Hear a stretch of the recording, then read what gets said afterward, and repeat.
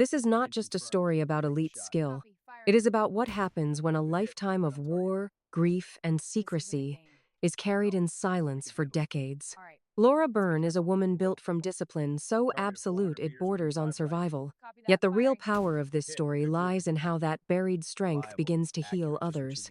What starts with a rifle becomes a powerful meditation on trauma, purpose, and finding something worth standing guard over.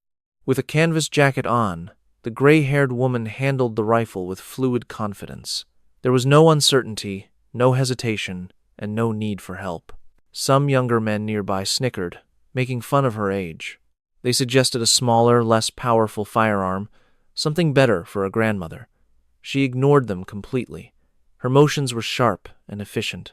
She checked the chamber, cleared the weapon, and tested the trigger. In a stunning 11 seconds, she dismantled and reassembled a rifle that would confuse most people. The clerk's smirk vanished. One of the men went quiet. His eyes were now on her hands, seeing the old scars and the way her fingers moved with absolute skill. "How did you know the barrel's twist rate?" he asked. She did not answer. At that moment, a door to the back office swung open. The shop owner came out, saw her, and stopped in his tracks. "Byrne, is that you?" A deep silence fell over the store. "Who is this woman, really?" Let us know where you are watching from in the comments below. If you appreciate stories of quiet heroes with amazing hidden talents, please subscribe. Your support truly helps our channel grow. The owner's words were about to uncover a secret she had buried long ago, revealing a past she thought was gone. The sun appeared at 5:30 in the morning over the Montana plains. Soft morning light came through the curtains, showing a perfectly neat room. The bed was made with military precision, its corners crisp and flawless. Next to it, a woman with braided gray hair was counting to herself. 1, 2, 3. She lowered into a push-up with a straight back, and her elbows held close. Her technique was perfect, with no wasted motion. At 68 years old, Laura Byrne did 100 repetitions without a single break or shake, her pace flawlessly disciplined. Her kitchen only had the smell of black coffee. There was no noise from cooking or a radio, just the gentle clink of a mug being placed 2 inches from the sink's edge. She drank her coffee standing up, her eyes fixed on a closet in the other room. A drab green military-style footlocker was sitting in the corner. A combination lock kept it closed, and the numbers on it were worn smooth from the many times her thumb had passed over them. For 7 years, her hand had reached for that lock every single morning, only to pull back each time. On her wrist, a weathered green paracord bracelet was showing its age. While her coffee got cold, she traced its well-known knots in an automatic, practiced way. There was supposed to be a second one. A very long time ago, there was. With a tight jaw, she finished her coffee in 3 fast swallows. Outside, she checked the sky for the weather, not the phone on her counter. She saw the high clouds moving to the east, which told her the wind would change in the afternoon. She had learned this skill in a place where forecasts were rare and survival meant reading the environment. That ability, like so many parts of her old life, never left. Her truck's engine started right away, vibrating in the cold morning. She counted her 43 steps to the driver's door as part of a daily routine, judging distances, moving on, instinct, knowing your exits. The old training was a shadow that never went away. For 40 years, the Ridgeline Diner had been a constant on Main Street, where only its name had ever been altered.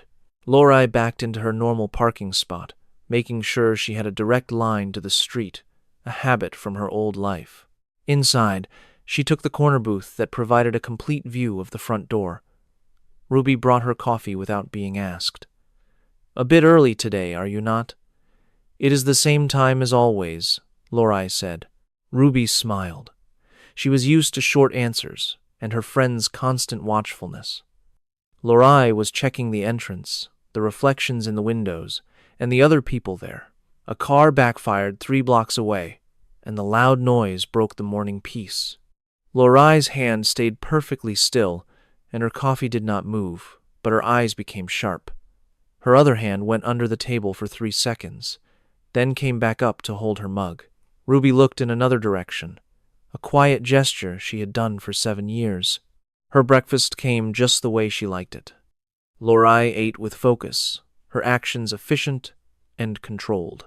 A man at the counter watched her for a moment, curious about the silent woman who always seemed so detached. He went back to his own breakfast. In a small town, many people had a past. Asking questions was not done. It was a silent understanding. By noon, Lorai's truck was heading east on Highway 89. She had to buy a new rifle. The barrel on her old firearm was worn out, its grooves smoothed down by thousands of practice shots. This was the way she kept her skills sharp, abilities that most people her age never had. The only gun store for 90 miles was Black Ridge Firearms, a place she had been avoiding for months. It was in a shopping plaza, with a large flag above its door. She could see the afternoon customers inside, and nearly all of them were young men. She saw men in tactical clothing, wearing hats from brands she stopped trusting 20 years ago. For a full 2 minutes, she sat with her hand on the truck's door, controlling her breathing. It was just a simple transaction, that was all. A bell chimed as she walked in at 3:47 in the afternoon. 3 men looking at scopes turned to look at her. She had on a plain jacket, jeans, and boots, and did not look like she belonged in that store. A man in his 20s with a fancy rifle case nudged his buddy with a smirk. His friend looked at her, chuckled, and then turned back to the scopes. Lorraine went up to the counter. A young clerk named Jay was arranging boxes of ammunition. He gave her a routine, automatic smile. "Can I help you today, ma'am? I need to see the Remington 700 PCR in 308. Jay's smile briefly disappeared.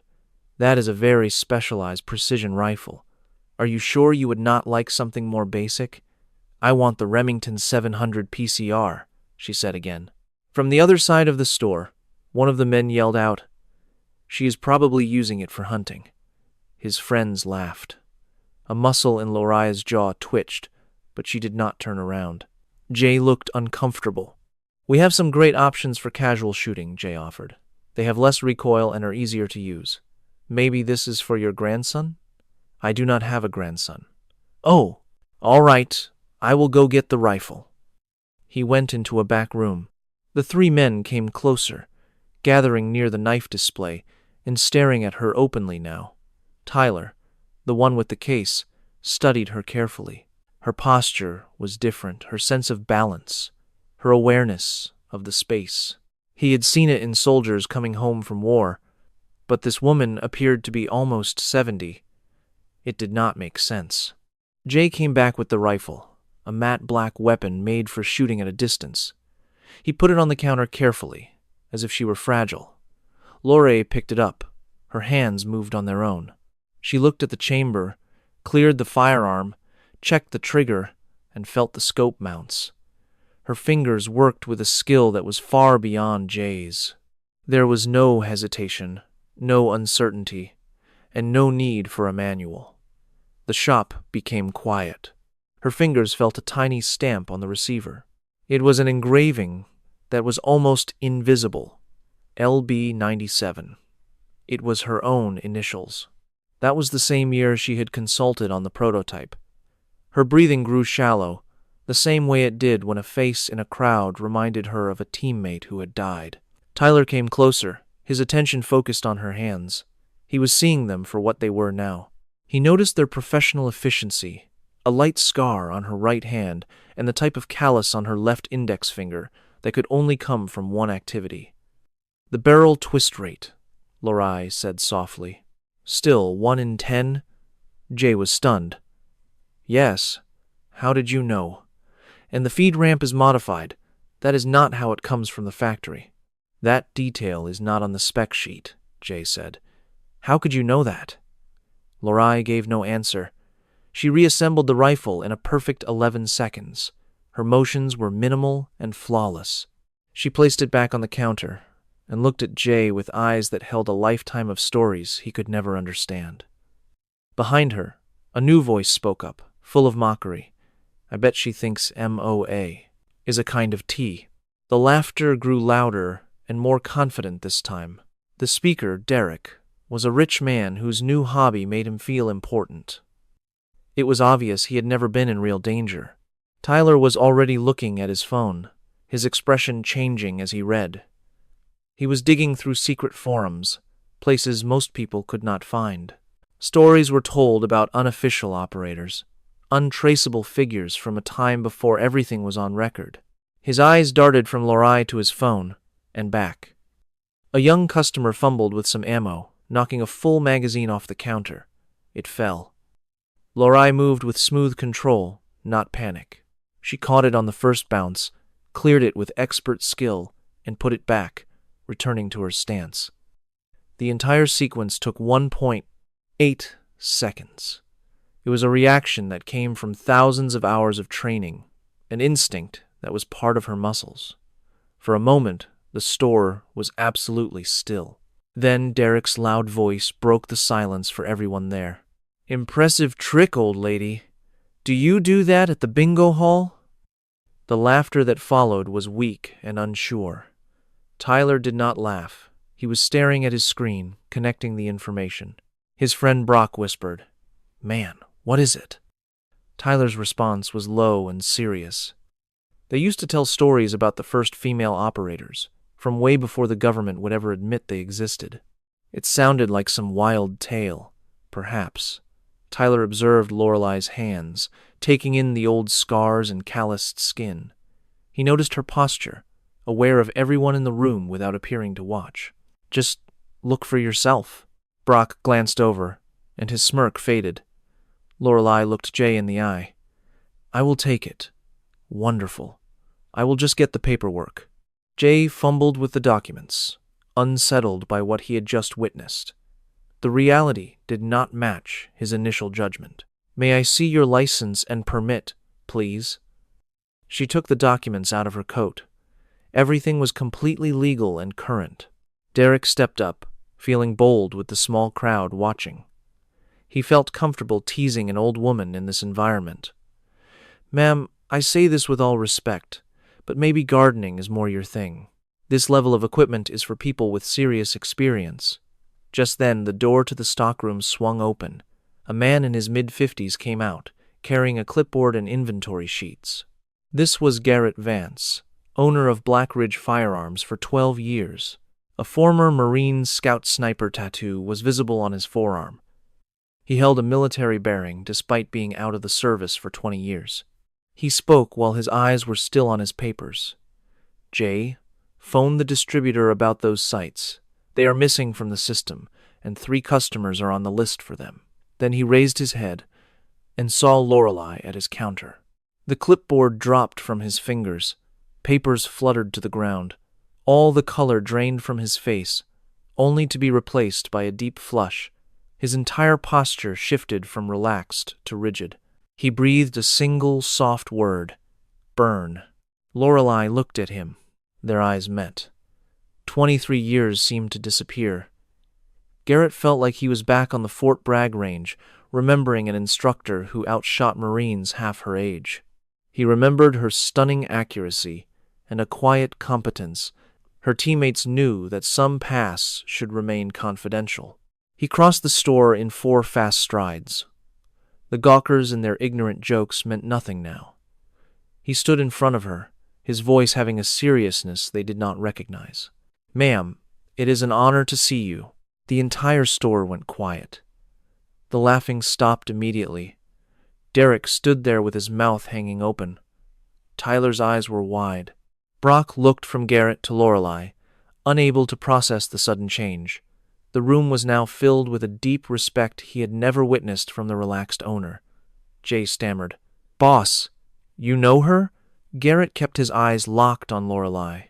"How long has it been?" 23 years. We met during the sniper competition at Bragg." Lorelai's voice was even and calm. 2001.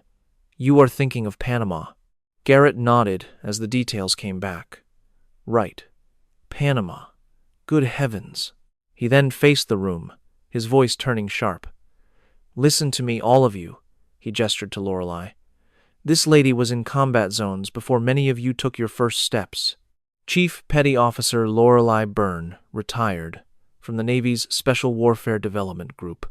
Tyler's hands were shaking as he read the words from his phone, his voice weak. Lorelei Byrne, covert operations from 1979 to 2001. She trained Marine Scout snipers. She managed the trials for the M24 rifle. She was a consultant on precision fire standards. He stopped. He looked up, down at his phone, and then up again. You were in that unit, one of the very first women. Long before it was public knowledge. Lorelei was silent. Her face showed no emotion, a mask she perfected after years of knowing that any feeling could be deadly. Brock spoke in a low, unconvinced voice. That cannot be possible. Women were forbidden from special ops until 2016. It was official policy. Garrett's response was short and absolute. Officially. They were forbidden officially. A long silence hung in the air. Derek's face was as white as a sheet. His confidence was gone, replaced by the awful realization of his mistake. Chief Byrne was in Beirut in 1983, Garrett said, his voice flat like a report. Panama in 1989, and dozens of other places you will not find on any map. She did things we will never be told about, for clients we will never know. And she never once looked for any recognition. He took the Remington 700 PCR from the rack, handling it with care. This firearm, its custom features, the specialized action, the precise angle of the ramp, he tilted it to let the light catch a tiny maker's mark. These designs came from data and field reports from 1997, Chief Byrne's reports. She was instrumental in setting the standards now followed for these rifles in multiple military branches. He held the rifle out to her as if it were a medal. This is yours, no cost. Garrett, I cannot accept this. His voice was firm but courteous. Absolutely, ma'am. With all due respect, it already belongs to you. Lorelei took the weapon. Her fingers gently traced the engraved letters one more time. LB-97. Her mark, her design, a legacy crafted into equipment for service members who would never know her. Jay whispered something under his breath that was half curse and half prayer. Derek could hardly find his words. I did not know. We were just... Garrett cut him off coldly. You were not meant to know, that was the point. Tyler moved closer, his hands trembling and his voice thick with shame. Chief Byrne, I want to apologize. I was in the army. I should have known. I am so ashamed that I... Lorelei's voice was gentle, with no trace of anger. No one was ever supposed to know. She shouldered the rifle with a practiced ease, like someone who had carried such a tool across every type of landscape imaginable. She was a person who helped others sleep safely at night. The group stepped back as she moved toward the exit. The men made a path for her instinctively, seeing a greatness they had overlooked before. Tyler followed her out, while Brock and Derek stood frozen in place, stunned. Outside, the descending sun threw a golden light. The wide Montana plains stretched to the mountains. Lorelei carefully stowed the rifle in her truck. Tyler stayed several feet away, giving her room. Chief Byrne, can I have a minute? She paused, with her hand on the door. I was deployed to Kandahar in 2019. I have not been right since I returned. I cannot sleep or focus. The VA is not helping, and I feel totally lost. He paused, breathing deeply. How do you deal with it? After everything you have been through, how do you just keep going? Lorelei was silent for so long that he thought she might just leave. A slight wind moved through the grass. A hawk cried out in the distance. You find a mission, no matter how small. What sort of mission? Like teaching the ones who are sure they have nothing left to learn. A hint of a smile touched her lips for a second. Are you acquainted with Ridgeline? Yes, ma'am. Thursday mornings at 0600 at the county range. I am usually by myself. Surprise flashed across Tyler's face. You would do that for me? I will listen. That is the first step. She got into her truck.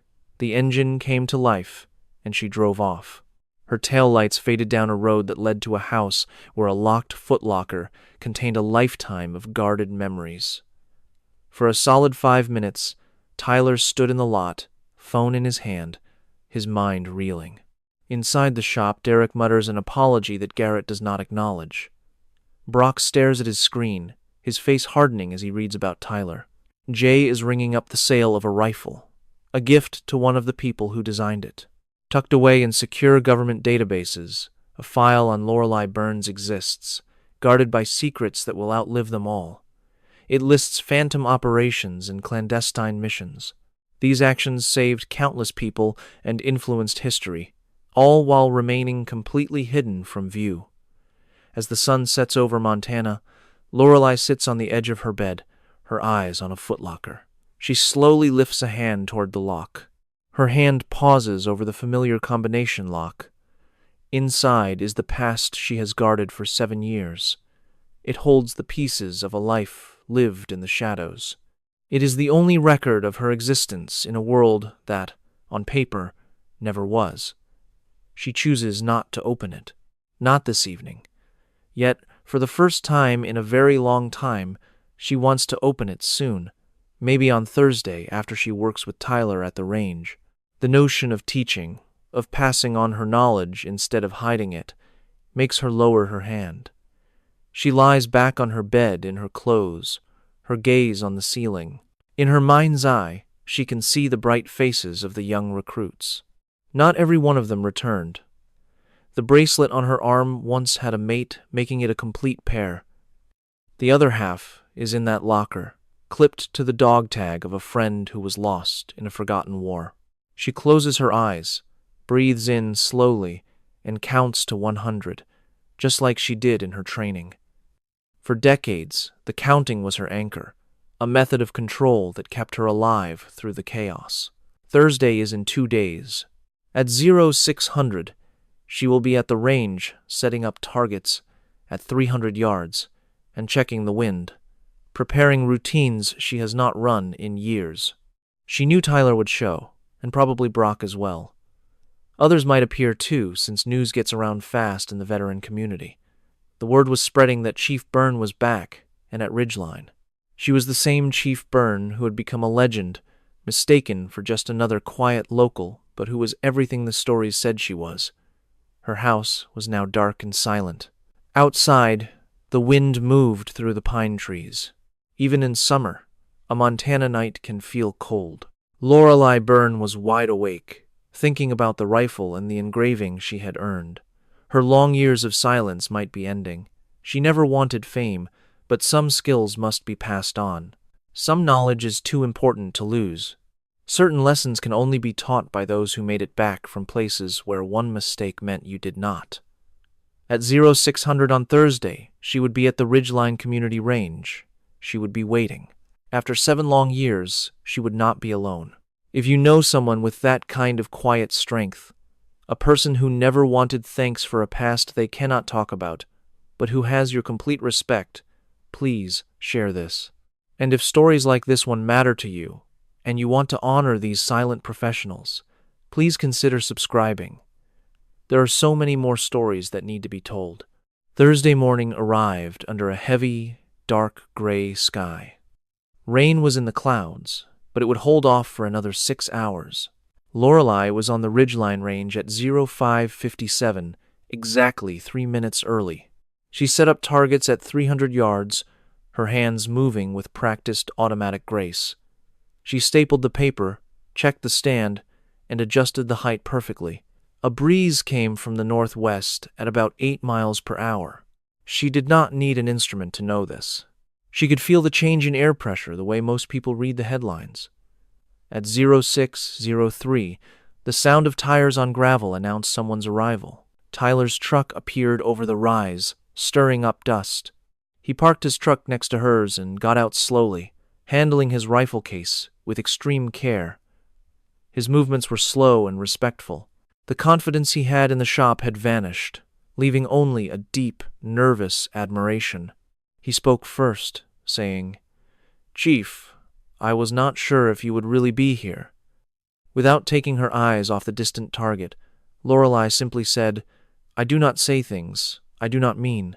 Tyler came closer and set his case on the shooting bench. His hands shook slightly as he opened it, showing a standard AR-15 rifle. It was a common firearm, the kind many veterans had, but one that very few had truly learned to use. Lorelei asked him, "Where is your rifle zeroed?" Tyler looked taken aback. 200 yards, I think." Her reply was quick and sharp. "You think?" He tried to explain, "I adjusted it last year, but have not shot it since to check." Lorelei finally stood up tall and turned to look directly at him. Her expression was neutral, but her eyes clearly showed she was not impressed with his preparation. "You will zero it today, and you will zero it every single time you shoot. The weather is always changing, and so is your zero, assuming things will make you miss your shot." He replied, "Yes, ma'am." Then, a second truck came into view. It was Brock's, much newer, and with many expensive modifications. He parked and stepped out, looking like he was having second thoughts. The case he carried for his rifle was obviously a high-end model. As he walked up, Lorelei watched him and asked, "Are you here just to watch, or are you going to shoot?" He answered, "I am here to shoot, if you will have me." She pointed. "Then get on the line. 200 yards. Brock started to unpack his gear with the deliberate care of a person who learned everything from watching videos. He owned a custom rifle, built with the best parts money could buy.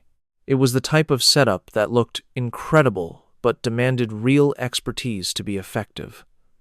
Lorelei's experienced eyes scanned their gear, taking in every single detail. Tyler's weapon was not clean. Carbon buildup on the bolt would cause it to fail. She spotted that the screws on Brock's scope mount were loose. It was not attached correctly. She chose not to mention it yet. It was better to see them shoot first. "Tyler, you are up. 3 shots. Center mass. Take your time." He settled into a shooting position, his breathing audible in the quiet morning. His posture was all wrong, too rigid, with his elbow held too high.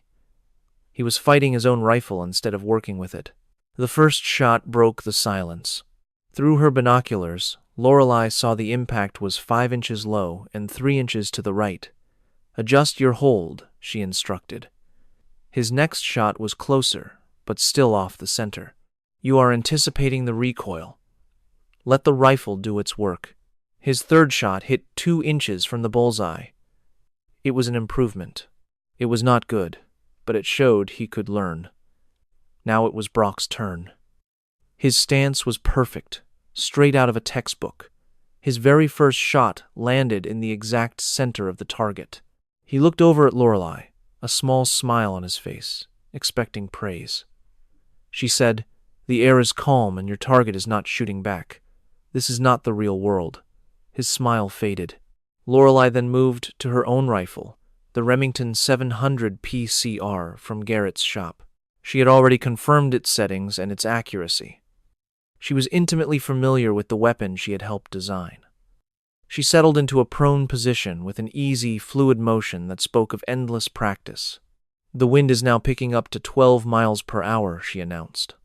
"Our new target is at 400 yards. The paper targets had not been changed. They were still at 300. Tyler started to ask a question, then thought better of it. Brock looked completely confused. Lorelei fired. The sound of her shot was sharper, cleaner than theirs. Looking through his scope, Tyler saw the impact on a steel target he had not even seen before. It was positioned 100 yards past the others. A direct hit. "How did you even know that target was there?" he asked in amazement. "I set it up at 0545, she said. Tyler checked his watch, but that was before we arrived. Lorelei stood, brushing the dust from her clothes. "I make it a point to be the first one here." For the following 90 minutes, she put them through drills that exposed every one of their weaknesses. They worked on shooting from difficult positions and acquiring targets under time pressure. They learned how to calculate for distance and wind without relying on a calculator. Her coaching was direct and methodical. When Tyler's unsteady breathing threw off his aim, she corrected him on the spot.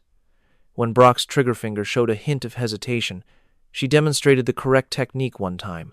At about 7:30, more trucks started to arrive. These were the veterans that Tyler had contacted online. One was Marcus, a former Marine in his mid-40s with intense, restless eyes. Another was Sarah, an Air Force vet in her early 30s. She stood with confidence, but her hands could not stay still. They introduced themselves with a quiet respect and asked if they could join in. Lorelei considered them for a moment, then gave a short, silent nod. Find Elaine. By 800 hours, the atmosphere at the range had completely changed. A group of 5 shooters were now working through drills under Lorelei's guidance. Her soft-spoken words carried absolute authority. It was the kind of presence you cannot learn from a book or a class. It is something you earn by leading others in places where a moment's doubt is fatal. Then, Marcus's rifle suddenly jammed. His hands completely froze. The change was instant. In his mind, he was no longer in Montana. He was trapped in a dark, violent memory from long ago. His breathing became fast and shallow. Sweat appeared on his forehead. Despite the morning cool, Lorelei was by his side before anyone else could react. Her voice became low, for his ears alone. Tap, rack, reassess. You know the drill. Run it. Marcus just stared into the distance, his eyes seeing nothing. She put a firm hand on his shoulder, a solid point of contact to bring him back. You are here. You are not there. Run the drill. His hands finally began to move. He tapped the magazine. He racked the charging handle. He reassessed his target. The weapon was clear. His breathing started to even out. The gratitude in his eyes was overwhelming. Lorelei just gave him a small nod. Good. Now, do it again. At about 8:45, a silver sedan arrived, standing out among all the trucks. The driver who emerged was wearing slacks and a collared shirt. It was Garrett Vance. He was carrying a cardboard tray with several coffees and a box of donuts from the town's best bakery. He said, "I figured you all could use a little fuel." He set the food and drinks down on a bench near the firing line, but his attention was fixed on Lorelei. He was witnessing a side of her that had been hidden for years. This was the instructor who changed the way Marines approached marksmanship. This was the professional who built training programs that produced the deadliest shooters.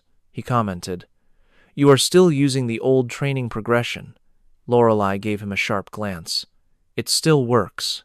"It always worked," he replied. "The brass just did not like that it was yours." She let the comment pass, turning her focus back to Sarah, who was attempting a difficult 500-yard shot with a rifle not suited for it. It was an ambitious shot. Her form was not ideal, but her sheer will to make it happen was what mattered most.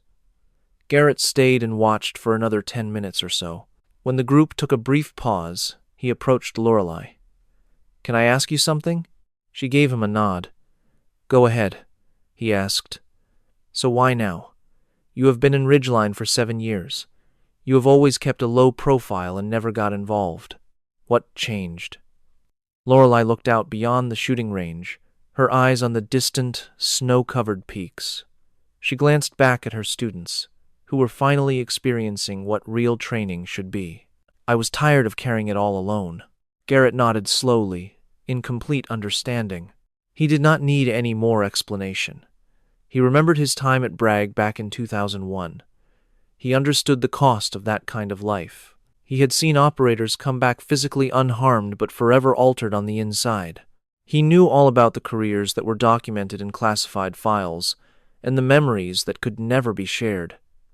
"If you need anything," he offered, "the range, any equipment, just let me know." "I know," she said. He left the coffee and donuts on the bench and drove away in his sedan. Lorelei took a sip of her black coffee. She watched her students improve, one round at a time. By 1000 hours, the temperature had risen by 15 degrees. The group was tired, but their focus was sharp. Tyler's shots were now landing in a tight, consistent group. Brock was finally adjusting for real-world conditions, not just theory. Marcus made it through a whole sequence without hesitating. Using a rifle built for half the range, Sarah hit a target 400 yards away. Lorelei gathered them all. They stood like pupils seeking a master's nod. You are all making the exact same mistake. You are trying to hit the target. That is not your goal, Tyler frowned. Is that not the whole objective? Hitting the target is the result, she explained. Your objective is perfect form. Control your breath, your trigger, and your follow-through. The hit will happen on its own. She took her own rifle and dropped into a shooting stance. She fired 3 rapid shots at a target 600 yards out. Her rhythm was flawless.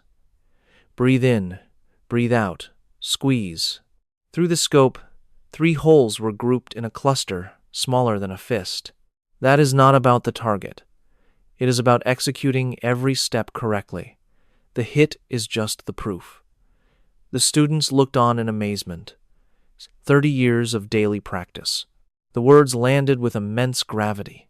30 years. An entire life dedicated to a skill very few could ever hope to achieve. But you were not only practicing on shooting ranges, were you? Sarah said quietly. It was a declaration, not a query.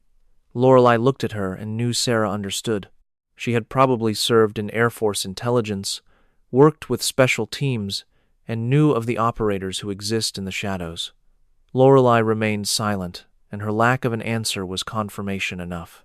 At that moment, Tyler's phone buzzed.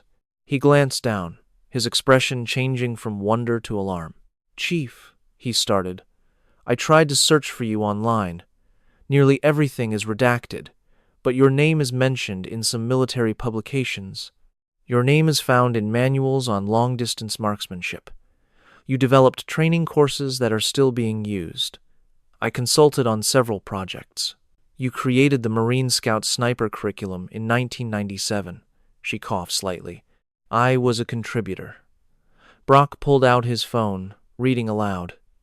You were an instructor at Spec Ops training centers. You evaluated weapons for SOCOM. You conducted field tests in active war zones. He stopped, his eyes moving from the screen to Lorelei. You were in Beirut when the barracks were attacked. Lorelei's jaw went rigid.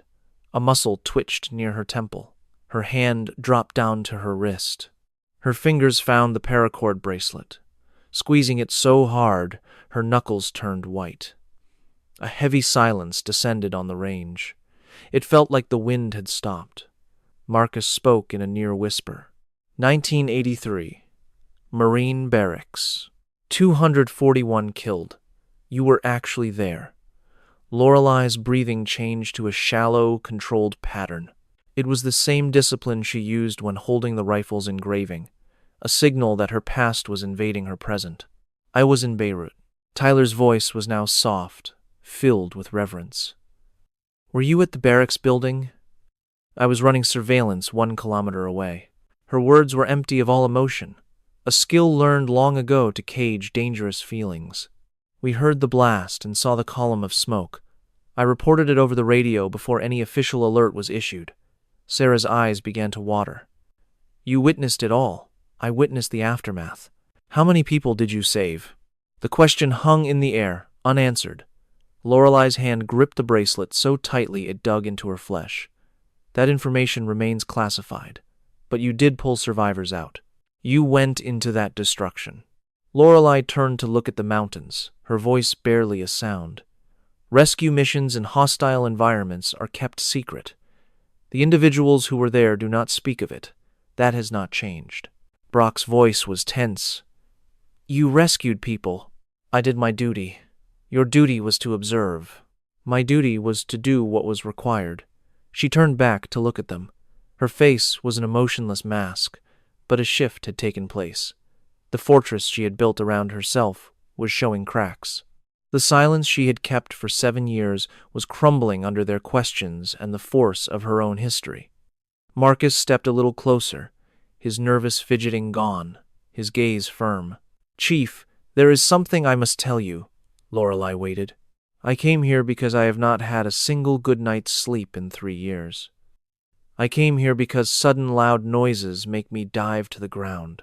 I cannot hold a job or a relationship or even act like a normal person. I thought by coming here, maybe the focus of shooting could help me. I was hoping the discipline and the concentration might fix what was broken inside. He paused, finding it hard to swallow. But I am starting to think that I am not broken. I am just carrying a heavy weight that I do not know how to put down. And watching you, the way you teach and the way you carry yourself, has helped me see the real truth. The weight never disappears. You just become stronger at bearing it. Lorelei held his gaze. The weight never disappears. Then how do you handle it? How do you wake up every morning and continue on? You find something worth protecting, no matter how small. It can be teaching 5 people to become better marksmen. Tyler's voice was filled with emotion. Is that the reason you began these lessons? To find a new purpose? Lorelei surveyed her surroundings. She saw the targets, the spent casings on the dirt, and the box of coffee and donuts from Garrett. She saw the small group that was gathering around her solitary skill, a talent she had carried alone for decades. I grew tired of having nothing to defend. The confessions seemed to take a physical toll on her. They watched her shoulders stiffen, her hand go to the bracelet, and a small tremor shake her body before she regained her composure. Sarah moved forward slowly. Chief, if it is okay, can I ask you about that bracelet? Lorelei glanced down at her wrist. That faded paracord band, military green, with knots tied by a hand that was now gone. It was from someone who did not make it back. Beirut, Panama. The topic is not open for discussion. Final. The conversation was at an end. Sarah gave a small nod and retreated, realizing some doors were meant to stay closed. Lorelei checked her watch. 10:47. The available light was starting to fade. One last round for each of you, and then we are finished. The shooters returned to their spots. As the practice resumed, the feeling had shifted. The group was no longer an instructor with her students. It had become something more. They looked at her with a new kind of respect, knowing the woman teaching them was not just an expert. She was a legend. She was the kind of operator soldiers talk about in hushed voices at base pubs and training facilities. The type of person whose complete history will always be classified, sealed for another 75 years. Tyler fired his last set of shots. All 5 rounds landed in a 6-inch group at 300 yards. It was not flawless, but it was clear improvement. Progress was made in tiny steps. Better. Coming from Lorelei, that one word was worth more than a long speech of praise. Tyler could not stop himself from smiling. By 11:15, the range was deserted. Shells were picked up, targets were taken down, and all the equipment was put away. The shooters lingered near their cars, unwilling to leave, feeling that something significant had happened, but unsure how to express it. Lorelei put her rifle case in her truck. Garrett's empty coffee cup was sitting on the bench. She grabbed it to throw it out and noticed some writing on it. A name had been written on it at the coffee shop. It was not her name. It was a name she had not seen in 23 years. Her hand froze solid. The cup began to tremble. Chief.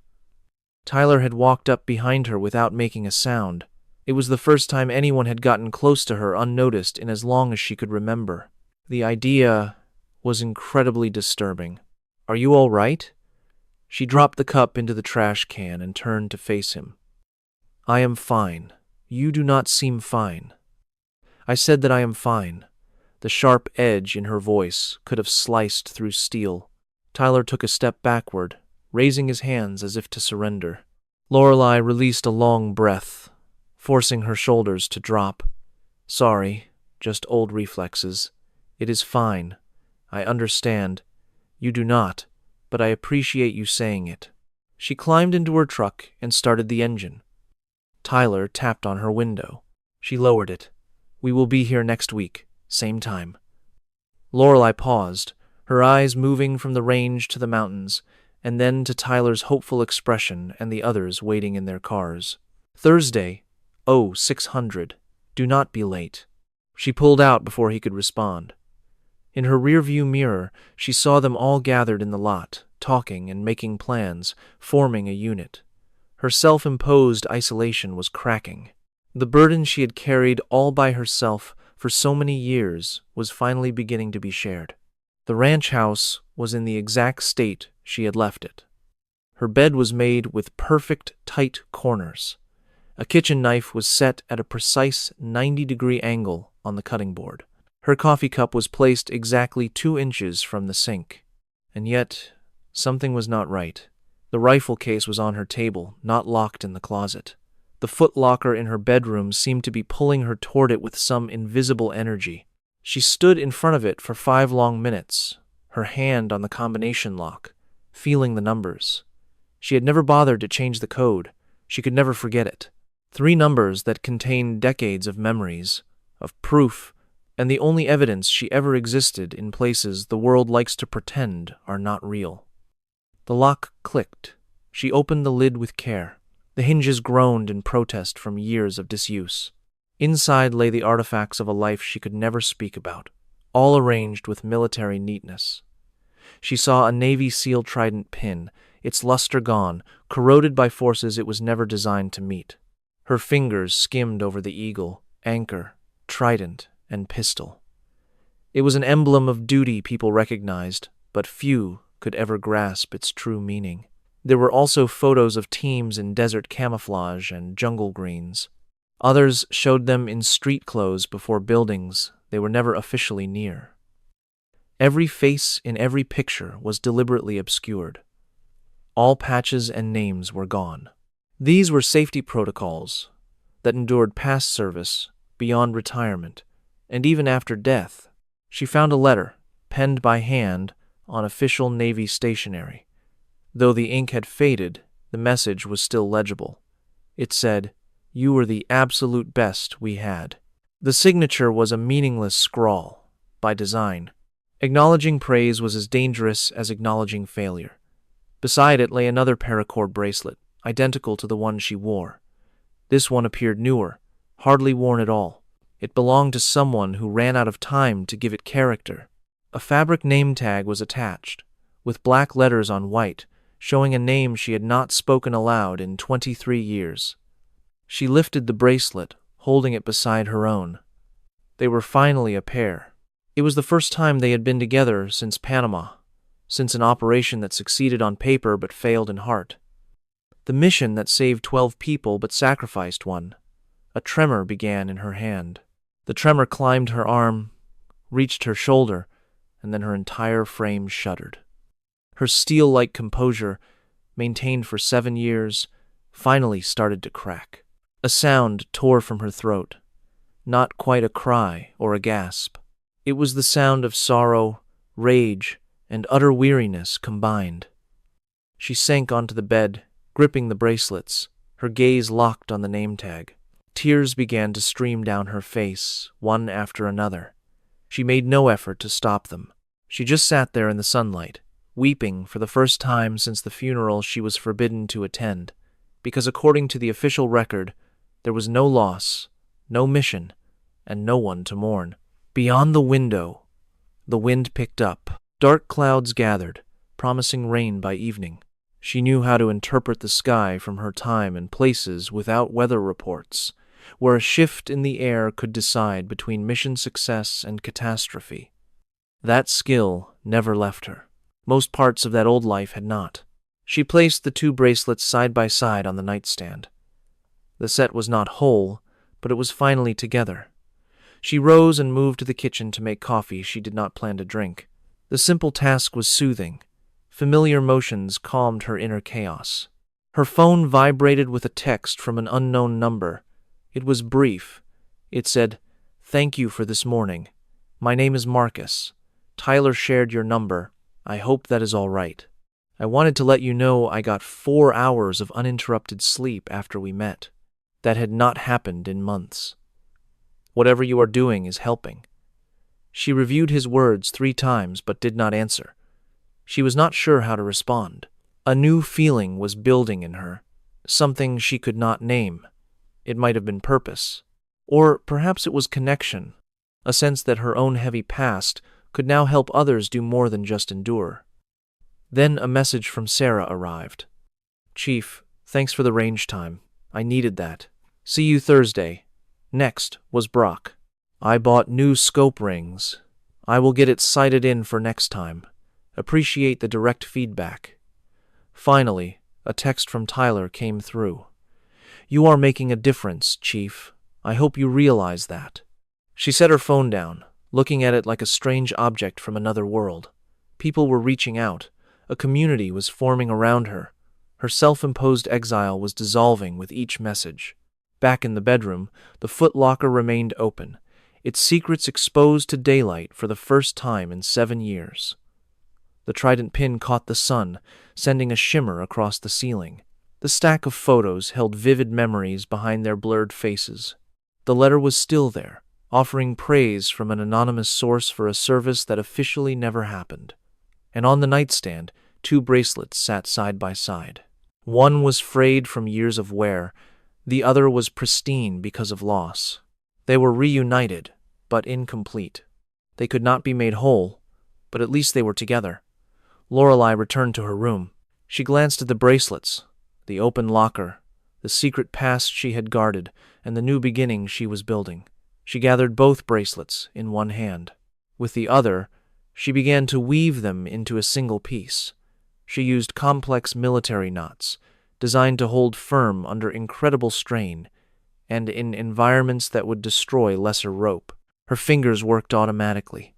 The skill was pure muscle memory, learned 30 years prior and perfected through endless repetition. When she finished, the 2 bracelets were one unified band. It was thicker and more durable, a fusion of her history and her future. She slid it onto her wrist. It felt heavier, but also perfectly balanced. She shut the lid of the footlocker, but left it unlocked. The heavy combination lock sat on the floor beside the case, ready but no longer necessary. In her kitchen, she finished the cold coffee while observing the storm clouds. Rain was coming. The range would turn to mud tomorrow. However, Thursday was still 3 days away. That gave the ground enough time to dry out. It gave the students time to practice their new skills. It gave her time to design the next stage of their instruction, the kind that shapes professionals, not amateurs. Her phone vibrated again. It was Garrett. He wrote, I watched you at the range this morning. It made me remember why I opened this place. Thank you for being here. She read the message, set the phone aside, and took her empty mug. She cleaned it, dried it, and placed it precisely 2 inches from the sink's edge.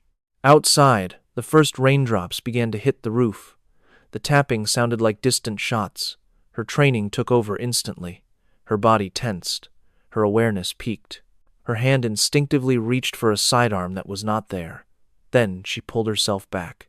She was not in Beirut or Panama. She was not in any of the dozen other locations where rain meant danger and last-second changes. She was in Montana, building a new life from the fragments of a past that officially did not exist. Thunder rumbles as the storm builds. She watches it from her window, a hand resting on the woven bracelet at her wrist.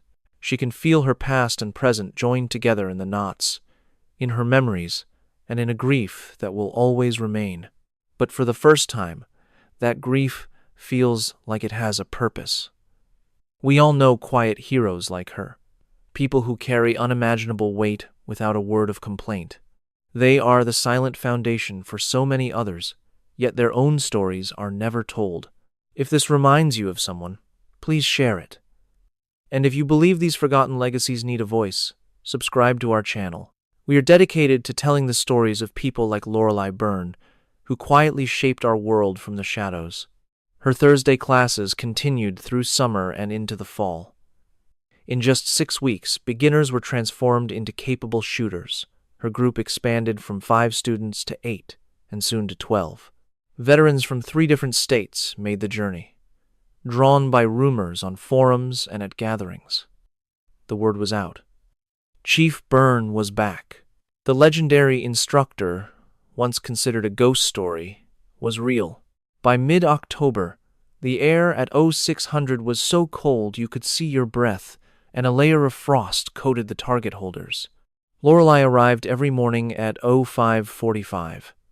Her motions were fluid as she prepared the targets, a lifetime of practice made visible. She used a Remington 700, a present from Garrett, for a rifle she helped design. Her initials were engraved in spots no one else would look. Tyler arrived at 05:57, with Marcus, Sarah, and 10 others close behind. Their pickups lined up with precision. The veterans emerged with their gear and coffee, united by an unspoken understanding of burdens carried for a lifetime. Lorelei led them through the fundamentals they had honed for 6 weeks: breath control, trigger discipline, and range estimation without gadgets. She focused on the fundamental skills that separate a true marksman from a casual gun owner. Her calm, steady voice carried easily across the range, demanding focus. When she spoke, they hung on every word. When she showed them a technique, they watched with an intensity born from real-world stakes. At about 7:37, an unfamiliar vehicle pulled up. It was a black sport utility vehicle, not a pickup, and it had government plates. The engine ran for 2 minutes before cutting out. 2 men stepped out. They had on suits beneath tactical vests, sharp haircuts, and the unmistakable posture of government operatives. Tyler was the first to notice them. He spoke softly. "Chief, someone is here." Lorelei saw the vehicle, but did not turn around. She stayed focused, guiding Sarah on a 600-yard shot. The men approached carefully, hands visible, their stance relaxed but ready. One was older, maybe late 50s, with graying temples. The other was younger, around 35, and looked sharp. The older man paused about 15 feet away. He waited for Lorelei to acknowledge him, which she did right away. "Is there something I can do for you?" she asked. "I am retired Chief Petty Officer Byrne," the man stated, nodding. "I know. My name is Coleman. This here is Agent Harris," Coleman went on. "We represent the Naval Special Warfare Command. We are creating a history of the early integration programs." Lorelei's jaw tightened instantly. A small muscle jumped by her ear. "That information is classified," she said, her voice hard. "The records are being reviewed for declassification. We are talking to people who served between 1979 and 2001. "I have no comment," she answered. "We are not after mission details," he clarified, "only to confirm your service dates and assignments." "It is still classified," she insisted. Coleman stepped closer as Harris stayed back, observing. The shooters had all lowered their weapons. The entire range was now listening. "Chief Byrne, you have been here for 6 weeks, Coleman stated. "Word gets around. A female SEAL instructor in Montana is a big story. In our world, news travels fast." "Then our world needs to keep its mouth shut," she shot back. Tyler moved closer to her. "Chief, what is going on?" Lorelei's gaze remained fixed on Coleman. "This does not concern you. Get back to the line." "With all due respect, ma'am," Tyler replied, "they are asking about your service. That concerns every one of us." "Stand down, Tyler," she commanded. Her voice was ice. Tyler moved back but stayed put. The others gathered behind him, forming a silent wall of support. Coleman's expression softened. "Chief, we are not here to cause problems. The Navy wants to officially recognize your service. There will be a ceremony at Dam Neck. A few of the first female operators will be commended for their work." Lorelei's hand automatically found her wrist. Her fingers wrapped around the 2 paracord bracelets, feeling their comforting presence. Her past and present were woven together there. "No, sir," she said without hesitation. "I did not do it for a medal. I did it because it was necessary. Recognition was never part of the deal, and it is not now." "Times have changed," Coleman urged. "The Navy wants to honor your achievements." "The Navy can honor me by leaving me alone," she stated. Marcus spoke then, his voice steady. "Chief, perhaps you should listen to them." Lorelei turned to face her students for the first time. All 12 stood as one, a team in a way she was only now understanding. "You have no idea what you are asking," she said to them. "We know you did something vital," Marcus answered. "We know you gave up things we cannot fathom." That kind of service deserves to be honored, whether you want it or not. Sarah stepped up. Chief, for 6 weeks you said the mission is more important than our feelings. You said doing what is right matters more than doing what is easy. Maybe this is the mission now. Lorelei was silent. The logic was perfect, but perfect logic could not remove the danger of leaving the shadows after decades. It ignored the promises made in secret and the peace she had found in being invisible. Coleman pulled a folder from his jacket. Inside were photographs. He showed them to Lorelei. They were black and white images from the 1980s and 90s, capturing training and mission plans. A much younger Lorelei was unmistakable in 3 of the pictures. It was definitely her. These are going into the official archives, Coleman said. Your history is about to become public knowledge. So it is not a question of if this comes out, he told her. The question is, do you tell your story, or does someone else tell it? Lorelei's breathing grew shallow, a telltale sign she was controlling her emotions. Who else is in those photos? She demanded. People whose families gave permission, and those who are gone and have no family to ask. The second bracelet on her wrist. The name inside her old trunk. The man who did not make it home from Panama. His name would finally be heard. His sacrifice would be seen. Lorelei had to choose if that public honor was worth her private pain. Tyler moved to stand right next to her. Chief, he began, whatever you decide, we have your back. Marcus stepped to her other side. You showed us how to handle the hard stuff. We will handle this with you. Slowly, the other shooters created a loose circle around Lorelei. It was not a trap. It was a wall of support. It was proof that she was no longer on her own. The family she had forged was genuine. Lorelei's gaze shifted from Coleman to the pictures and to the students whose loyalty encircled her. When her words finally came, they were quiet but solid. If I go through with this ceremony, I have terms. Tell me, Coleman replied. The fallen will be honored with the highest respect. They will receive full military honors, and their families will be told with care. Nothing political. Done, Coleman agreed. And my people are coming too. She nodded toward the 12 shooters. Coleman observed the veterans who had closed ranks around a woman they hardly knew yet trusted completely. We can make that happen, he said. Lorelei nodded once curtly. Then I will consider it. I need to know by Friday, Coleman informed her. You will have your answer. He handed her a card. This is how you can reach me. And Chief, I really mean this, thank you. For what you did then, and for what you are doing now. It all counts. He and Harris returned to their vehicle and left. A deep silence fell over the range. Tyler was the first to speak. Chief, are you really thinking about doing this? I am not sure, she said. She went to her position, raised her rifle, and placed 3 perfect shots on a 700-yard target. Her actions were exact, honed over 30 years. Breathe in, breathe out, press the trigger. It was how she made sense of the world. Her students returned to their places. The training started again, but the world was different now. The private woman they knew was on the verge of becoming known, facing a danger she had always avoided. That evening, Lorelei sat in her kitchen, looking at Coleman's card. Laid out on the table were the relics of a secret life. Her trident pin, old photos of blurred faces, and a commendation for service that officially never happened. And on a small fabric tag was a name she had not spoken in 23 years. She took her phone and called the number Tyler had given her. He answered immediately. Tyler speaking. Tyler, it is Lorelei. Chief, is something wrong? I need your opinion. Of course, anything. If you could honor a fallen hero, someone whose sacrifice was a secret, would you do it? Even if it meant losing everything? A long silence hung in the air. Tyler's voice returned, heavy with feeling. Yes, absolutely. Without any hesitation. Even if it means uncovering things you kept hidden? Especially then, he said. Because that story must be told.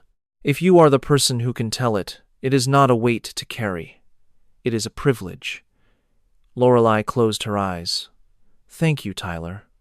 Who is it for?" he asked gently. "Someone," she answered, "who deserved better than a secret file and a faded memory." She ended the call, took the name tag, and ran her finger over the letters. She had made a decision. On Friday morning, she called Coleman and said she would attend. She provided the name from the tag and asked for full honors for a soldier killed in Panama, on a mission that did not exist. Coleman confirmed it would happen. The process would be difficult, he said, but the recognition would be real and correct. 2 months after that, Lorelei stood in dress blues she had not worn for 23 years. The uniform still fit her perfectly. Her trident pin was shined and pinned in its proper place. Beneath her cuff, on her right wrist, the paracord bracelets felt new. Their weight seemed right, finally whole. The event took place at Joint Expeditionary Base Little Creek in Virginia. It was a small, respectful ceremony. 20 of the earliest female operators were honored for 40 years of quiet service. Their families attended, alongside the current SEAL leadership. Only official Navy photographers were permitted inside. Lorai's entire team had made the trip. All 12 of them were present in the audience, wearing their best attempts at formal attire. Tyler's suit was a bit too snug. Marcus sported a fresh haircut, a clear sign of his effort. Sarah wore a dress that was pretty but visibly restrictive. They came because she asked them to. Those 6 months of Thursday mornings had built a connection that went far beyond a normal classroom. The commander of Naval Special Warfare Command delivered a speech. He acknowledged that history had gaps, that great deeds were done by people whose names went unrecorded. He declared it was time to correct that, in a small but meaningful way. One by one, the women were summoned to the stage. Each received a formal citation. Each was granted 30 seconds of public praise for careers lived entirely in the shadows. When Lorai's name was announced, she moved to the podium as if she had rehearsed it mentally 1,000 times, but never out loud. Chief Petty Officer Lorai Byrne. She served on active duty from 1979 to 2001. Her record included many classified operations in places like Beirut, Panama, and across 3 separate continents. She was the lead instructor for advanced marksmanship. She served as an evaluator for new weapons systems. She was a consultant for training doctrines that are still in practice today. The citation continued. Every single word was crafted to honor her service without revealing state secrets, to give her credit without compromising operations. After he finished reading, the commanding officer pinned a medal to her uniform. It was not one of the awards she had earned on clandestine missions. Those would stay sealed away for another 50 years. This medal, however, was an acknowledgement that she had served, that her contributions mattered, and that her work had shaped the force into what it is today. She rendered a crisp salute. He returned it. She stepped away. But then, an unexpected thing happened. Tyler rose to his feet and began to clap. Marcus joined him, then Sarah, and then her entire team. Soon, others in the room who had never met her started to applaud, sensing the true significance of the moment. The applause intensified, shifting from polite to a powerful wave of genuine respect. Lorai's jaw tightened. A flicker of moisture appeared in her eyes. She did not weep or falter, but a small piece of the iron control she always maintained seemed to dissolve. Later, at the reception, Lorai was surrounded by her team. She was never comfortable with being the center of attention, but she managed it. Garrett appeared, having driven the whole way from Montana. He offered her a coffee in a paper cup, just as he had at the shooting range months before. "This suits you, Chief. The uniform, the credit." She took a sip of the coffee. It was terrible, like all coffee on a military base. She had missed it. An older woman then approached her. She was in her late 70s and moved with caution, but her spirit was clearly determined. She stopped directly in front of Lorai and examined her face. "You were in Beirut." The words were a statement, not a question. Lorai offered a slow, deliberate nod. "My name is Margaret Chen. My son was stationed at the barracks. He was a Marine. He was pulled from the rubble by someone his buddies described as a female operator. They said she appeared from nowhere, took charge of the medical efforts, and then disappeared before anyone could get her name. Lorai felt the breath catch in her throat. The barracks bombing had been absolute chaos. There were hundreds of casualties and rescue teams everywhere. She could recall pulling men from twisted metal and concrete. She could recall the blood, the thick smoke, and the desperate calls for help. She remembered working until her hands were raw and her uniform was destroyed. I cannot be certain if that was me. Margaret's eyes were moist, but her voice remained firm. My son is alive because somebody knew exactly what to do, because someone kept a clear head when the world was coming apart. He is alive right now. He has 3 children, and he works as a paramedic. And for 40 years, he has wondered who saved his life so that he could finally say thank you. She presented a photograph of a young Marine in his dress blue uniform. Then she offered another picture of the same man, now older, standing with his family, his face full of life and happiness. Lorai accepted the photo. She looked at the man's face but could not place him. It was impossible to remember a single face from that terrible day. But she did remember the work. She remembered her duty. She remembered doing everything in her power to pull people from what should have been their final resting place. I am just glad he made it home. Margaret softly took Lorai's hand in her own.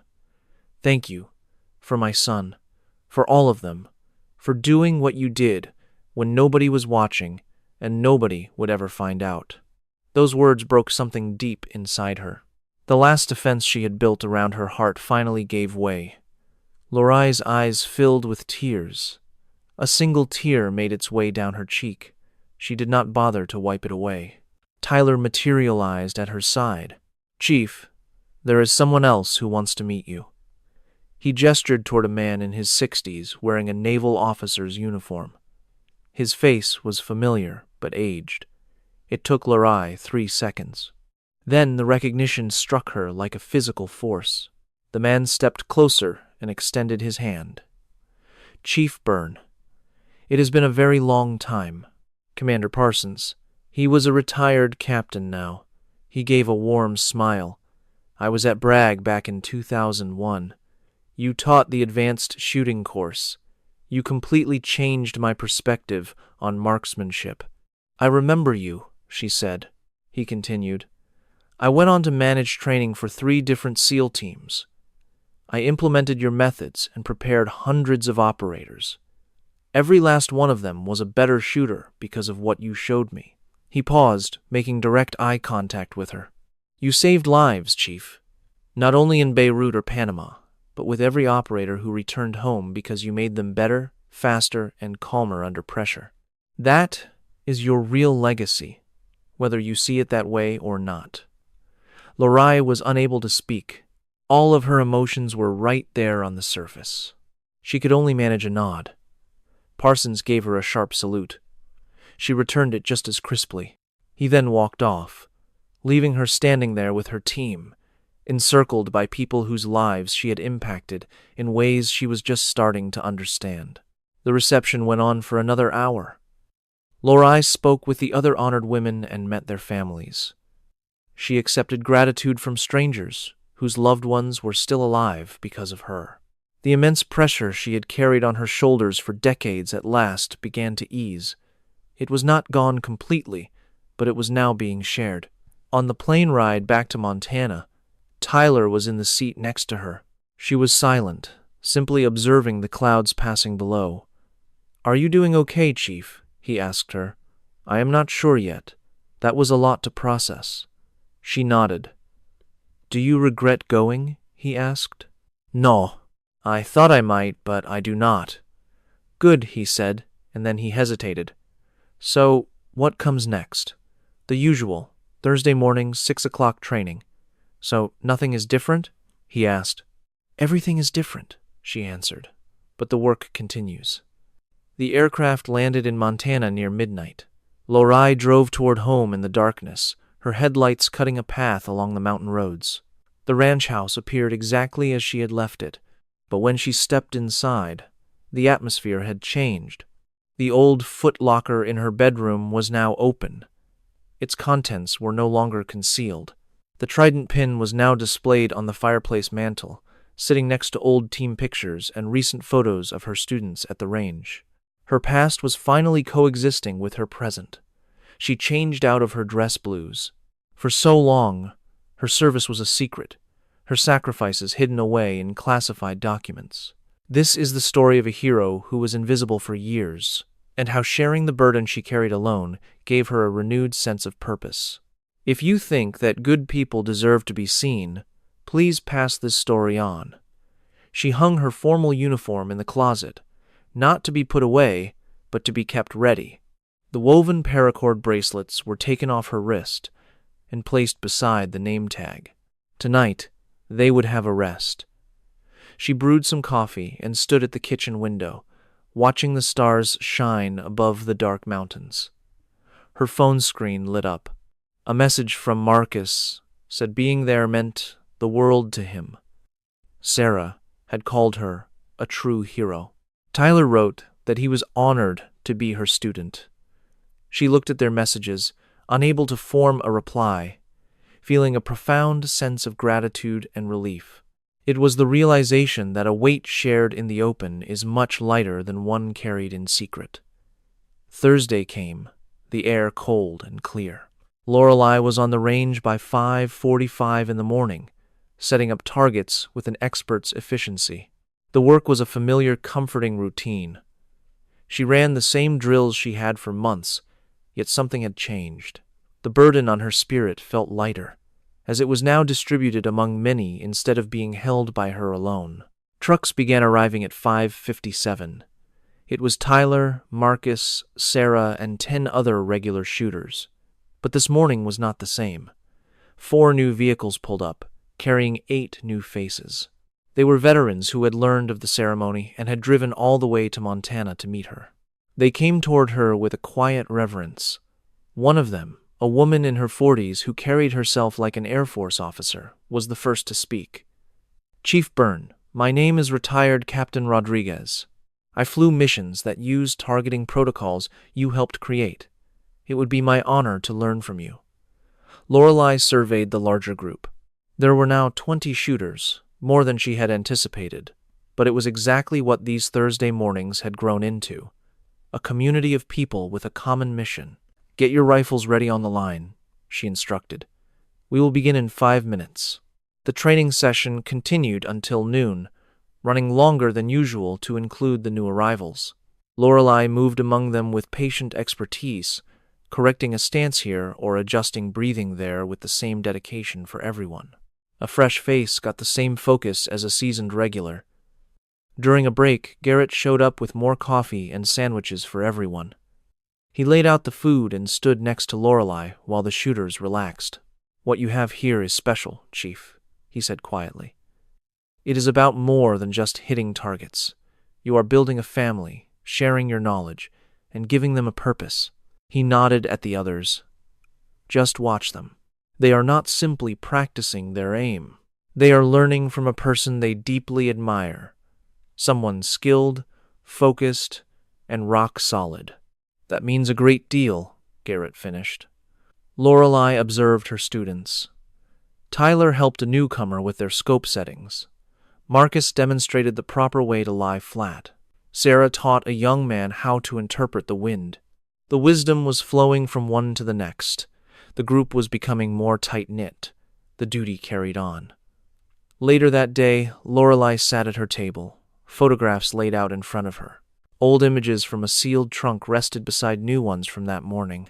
She arranged them chronologically, seeing her life unfold from a shadow operative to a solitary vet, and now to this new role she could not yet define. She selected 2 particular photos, placing them side by side. On the left was her unit from 1997, faces indistinct in desert gear, full of the easy courage of youth on operations that quietly changed the world. The picture on the right was her new group, 20 shooters, faces clear and smiling in the Montana sun, creating a new family. The two parts of her life were no longer walled off. Her decision to mentor and be known had finally bridged the gap. She set both pictures on her mantelpiece, giving them the same prominence. Then she placed her trident pin in the middle. It represented the duty that had shaped her and the costs that had forged her. She slipped the connected paracord bracelets onto her wrist.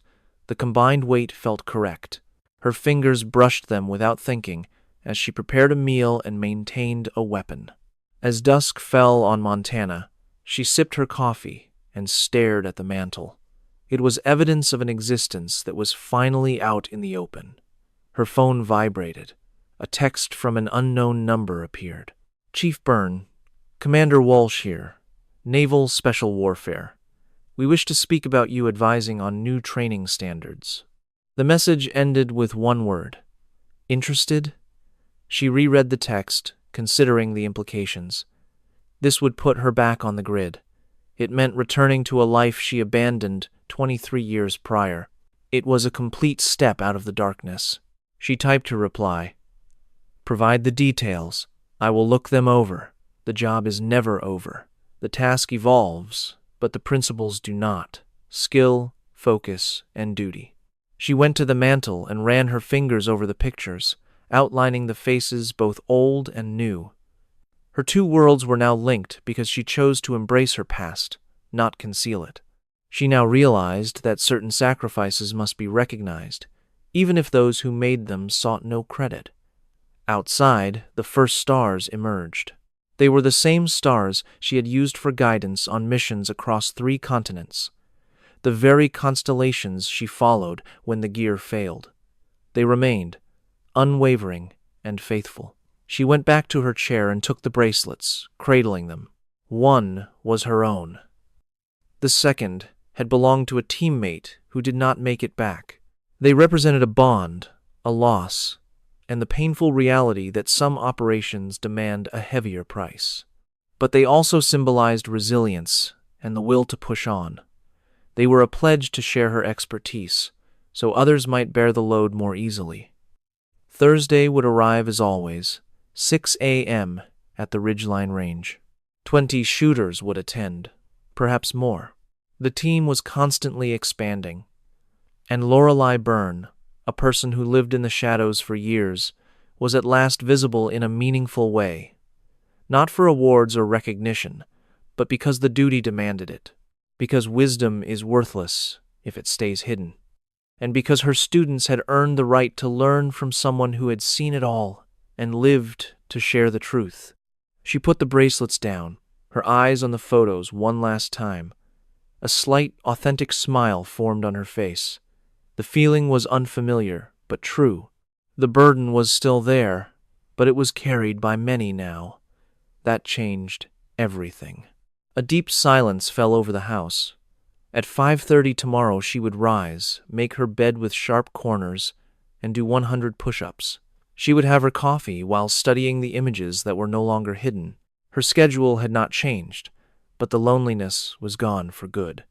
In 3 days, on a Montana range, 20 veterans will assemble to learn from someone they look up to.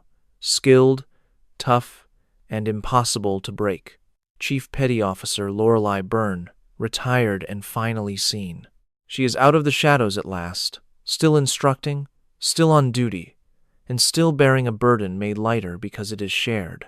If this story resonated with you, and if you know a veteran who served in silence, pass this along to them. Remind them that their commitment was seen, and their duty counted for more than any file could ever state. And if you agree that such tales of quiet courage deserve a spotlight, we invite you to subscribe.